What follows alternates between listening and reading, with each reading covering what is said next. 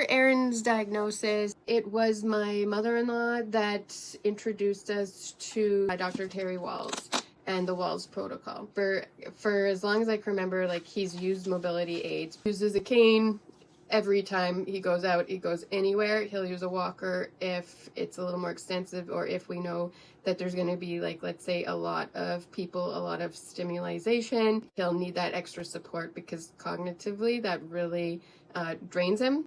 And then of course that affects the gait and everything. And of course, if we're doing anything that involves long distances of walking, then the wheelchairs is what we need. So that's kind of been the case. And so I think it was around the time when, like, the decline of the gait was getting really bad. And there's actually been a few times over the years where he's been on a diet doing well, or, you know, we get off track and then he starts to slip and the decline gets to a point where, like, he's almost again going to need a wheelchair in the home or the walker in the home. And that's usually when we know, like, it's time to tighten up things. But anyway, he got on the Wahls Protocol, and if you don't know her story in particular, it's amazing. She has MS herself. Check that out if you have MS or you care for someone with MS, because it really is, the science behind it is amazing.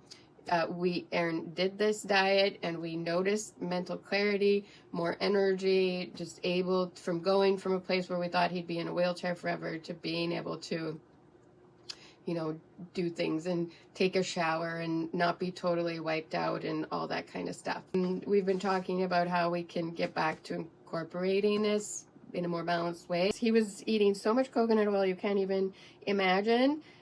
He still does a little bit with MCT oil, which is definitely helpful, but this was at 9 cups of fruits and vegetables. My grandma was picking him up and taking him to the farmer's market every week and loading up there. When you're in the place where you're trying to heal something, it does become very all or nothing. And so you're trying to do organic and you're trying to do this and that and get the 9 cups and the right ratios and stuff.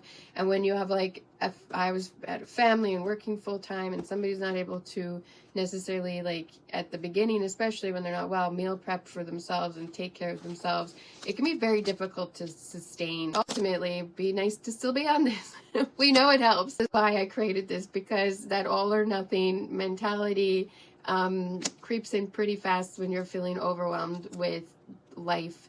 I'm going to talk next about the protocol or diet that we tried after this one, which accidentally helped me a tremendous amount. So come back and we'll talk about that next.